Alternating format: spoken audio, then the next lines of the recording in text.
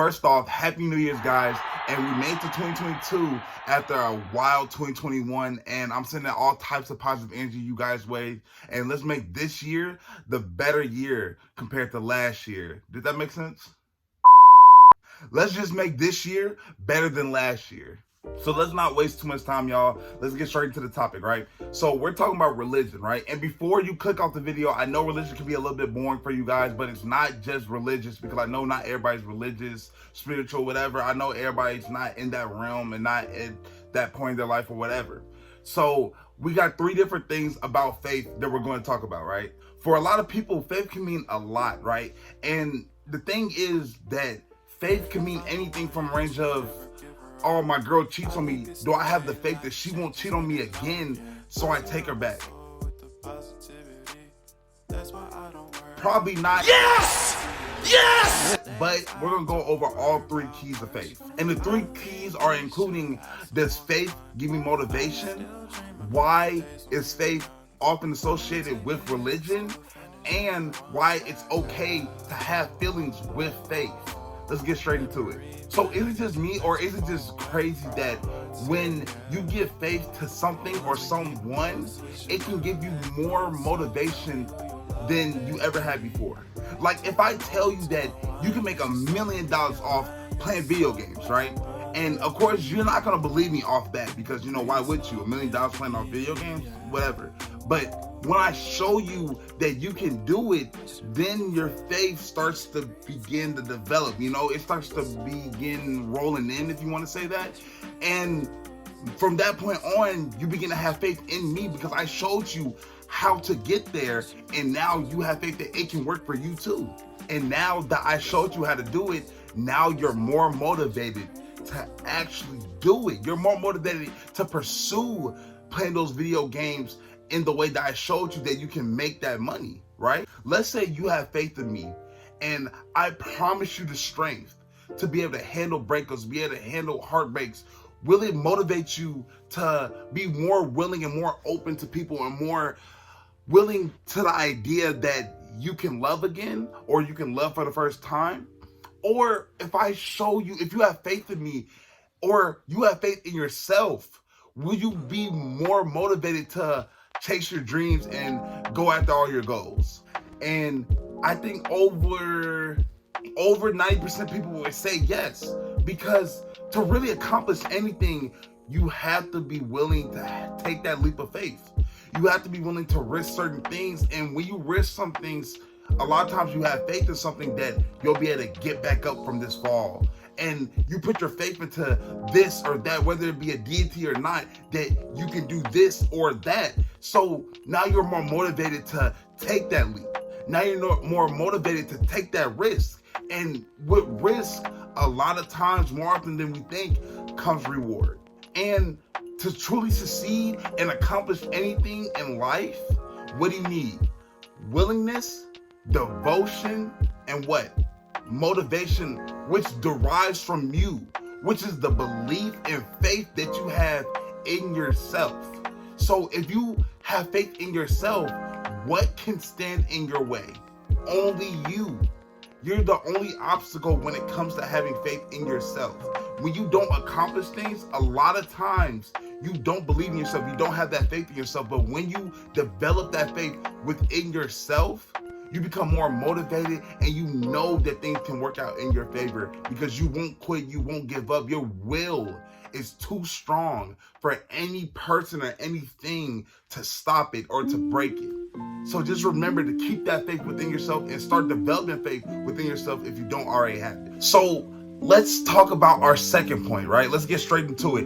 Why faith is often associated with religion. Why is it often associated with some type of following, some type of higher power? Why is it always associated with some type of prayer hands or something? Because that's not always the case. And let me explain it. So think back to when you were a kid, and think about how faith and religion became hand in hand with each other. They became almost the exact same thing, because that's something that we seen on TV. That's something that we read about, we heard about, that we were told about as kids. And not even just our parents, but just adults in general just made that something that was kind of wired in our brains, if you will. maybe a big part of that is because when you look up faith on the internet, this is what pops up. And the thing with that is, like I said before, you need faith in yourself. And I'm not saying that you can't do that without believing in a higher power or a deity and following a religion. I'm not saying that.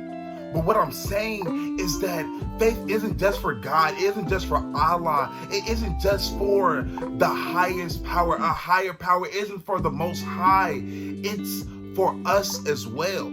We need self-care. We need self-love. And last but certainly not least, we need self-faith. And the thing is that we devote so much time to I won't say devote so much time. We put so much faith into our religion, which is okay, that's fine. But a lot of times we neglect ourselves in that, and we don't take care of ourselves because we're focused solely on our religion and we're focused solely on praying things to get better. But also we need to take other steps to take care of ourselves, including self-care and self-love and self-faith. Self-faith can bring you further.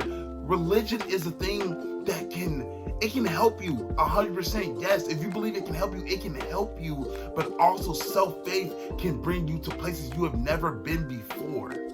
And the thing is, don't forget to have that unwavering faith in that religious leader that you do, and that deity that you do. But make sure that you find some middle ground and put some faith in yourself too.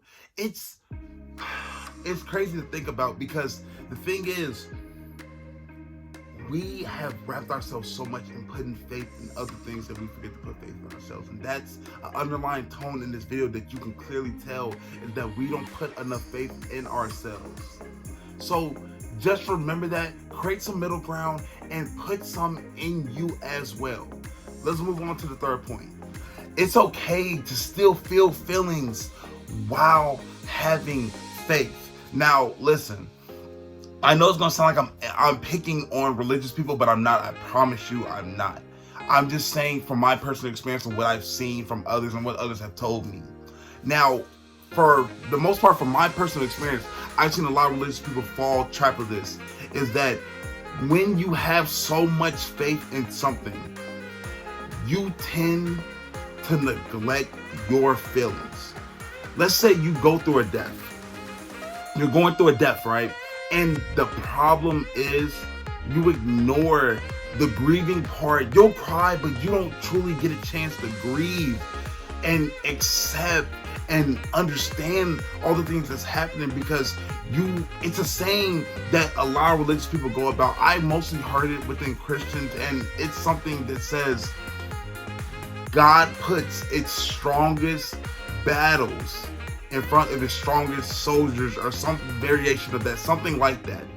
And the problem with that, don't get me wrong, I believe that to be true, but the problem with that is people perceive it in the sense of, yeah, okay, I'm strong.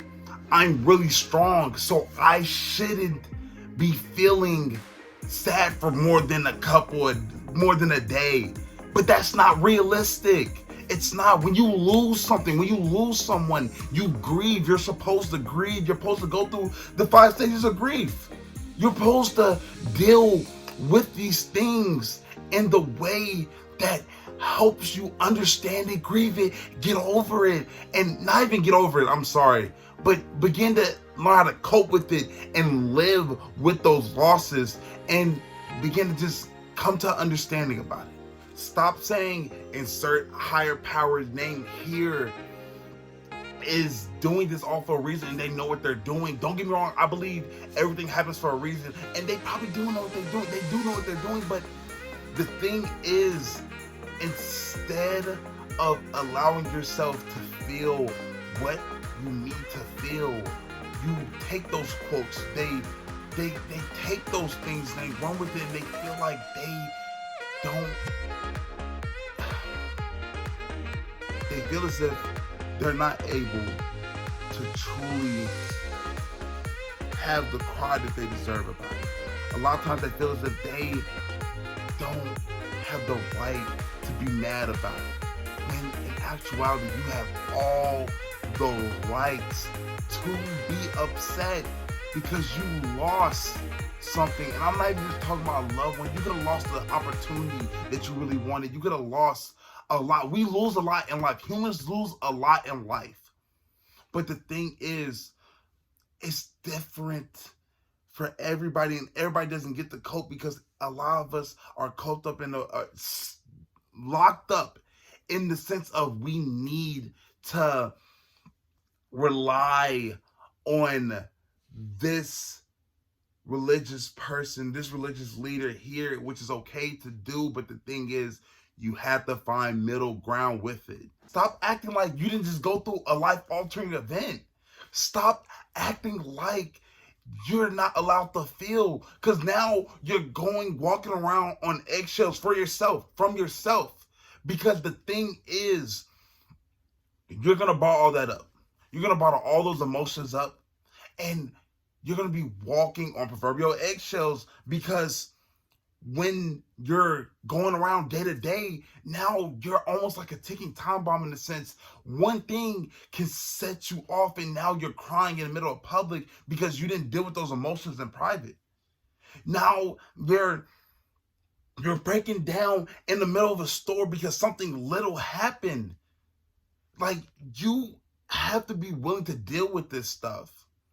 And it's crazy because I don't want you guys to feel as if you can't be religious and do these things. But the thing is, stop hiding behind it. Stop hiding behind it. Learn how to deal with your feelings. Learn how to talk to people. I know it's easier said than done, trust me. But you have to learn how to talk to people in these problems. And also, for instance, if you have a argument with a platonic or non-platonic friend, that's okay to feel the way you feel then. It's okay to be upset that you had a bad day at work and now you came home and you dropped your keys at the door. It's okay to just feel. It is okay to just feel. That's why I want you guys to understand. I really appreciate you guys sitting through this video with me. I know it was kind of long. It was a lot of ranting, but we're gonna really make this year the best year possible for us. And I am extremely appreciative for you guys watching. I ask that you like, share, and subscribe. Please subscribe. We're trying to get to 200 subscribers. And have a phenomenal year. And thank you for listening. And thank you for having an open mind.